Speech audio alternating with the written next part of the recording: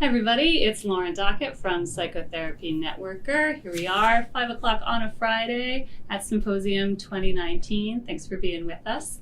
And with me today is Scott Sells. Hi Scott, Hi, thanks Lauren. for being with us. Thank you for inviting me. Scott is an expert on treating kids and parenting kids and teens, and an expert on traumatized kids as well. He's the author of 3 books.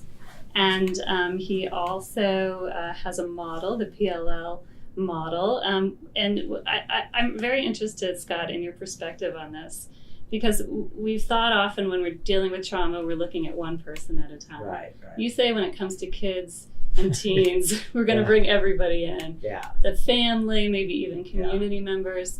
Why so many people? Well, 8 years ago, I began this because the first 2 books were more of the behaviors with the child and adolescents, and I kept seeing relapse happen because of trauma.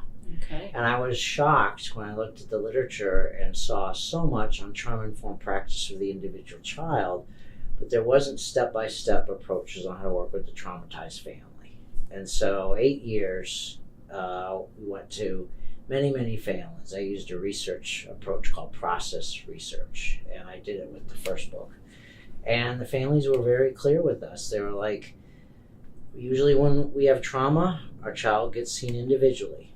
And we know that we have the same amount of trauma, but the counselors that we're working with don't have the tools to work with our whole family and extended family. And so I didn't really want to write another book because I had a family now. Yeah. But I just felt that that was a missing niche in our field of going from the traumatized child to the traumatized family. So I stuck with it, and the book came out this year. Okay, So, yeah. fantastic. Okay, so now what are some of the reasons when a kid is traumatized that they kind of can't get past that trauma? What do you see most often? Well, we find that there's first order and second order change. First order change when you just stay with the symptoms.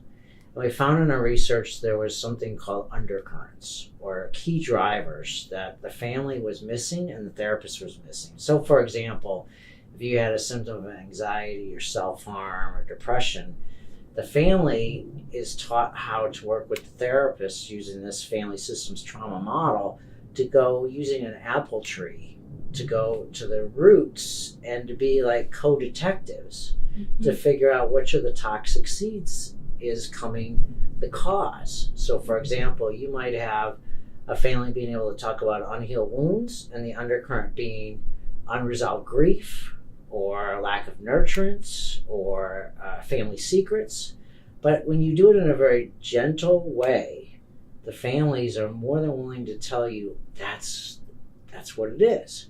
And every family we work with said, we want to talk about the story, but we always get to the point of now what? Mm-hmm. So to answer your question, the families now become co-collaborators in the process of finding these hidden undercurrents or drivers using an apple tree where we focus on the fruit as the symptoms, and then we talk about the seeds that are driving the fruit, which is the problems, and then the undercurrents are the key DNA that once we figure out what the undercurrent is, we tell the family that we're going to put the exact opposite in. So if there's grief, the missing healthy undercurrent is, how to resolve that grief or how to have tools. And that's where structural strategic family therapy really comes in, because families want playbooks that we call trauma playbooks to say, once they identify what the undercurrent is, once we identify what the healthy undercurrent is, then they want a playbook on how to get unstuck.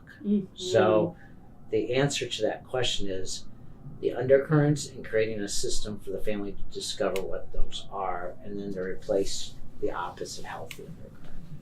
So undercurrent, is that sort of like a family pattern that they're kind of... It is. It's like it could be like a long-term family pattern that's keeping them stuck, that they don't realize what it is. I saw a family the other day where the issue was a lack of nurturance, where once the trauma hit, which was that the father died unexpectedly, the family shut down.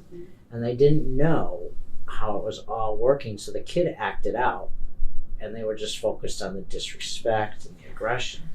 They forgot that the trauma was the key driver, and once we got them an aha moment, then the family was ready to rally around this seed, toxic seed, than each other. That's the other thing that kids like, is they always come in like the identified patient but when they leave, it's a family problem now. And they look at you with a sign of relief, like, thank you. And when they take that home, Yeah. can they point it out to their parents and siblings? Do they? They do. We involve the whole family and the community. Because the other thing is, a lot of our therapists aren't always taught on how to get the grandparents in, the aunts and the uncles. They don't realize the beauty of technology with Zoom, and they don't have to even live in the same neighborhood like we used to have. So it's really an interesting point, because the other thing we found was something called interactional trauma, where if the parents and kids were fighting all the time, it would keep pulling the scab open. Right. And we had to stop the drama, because drama equals trauma. Okay. Yeah. And when everybody's there on the same page, all working together, it makes a huge difference. And using the metaphor of the apple tree. The apple tree. It's externalizing the problem to the seeds that we have to figure out, and the undercurrents, instead of fighting and just picking up that the child's the problem. That really is a memorable metaphor. Well, thank you so much, Scott. Thank this you. is really helpful. Thank you. Thanks, everybody. More Facebook Lives to come. Stay with us. Bye. Bye.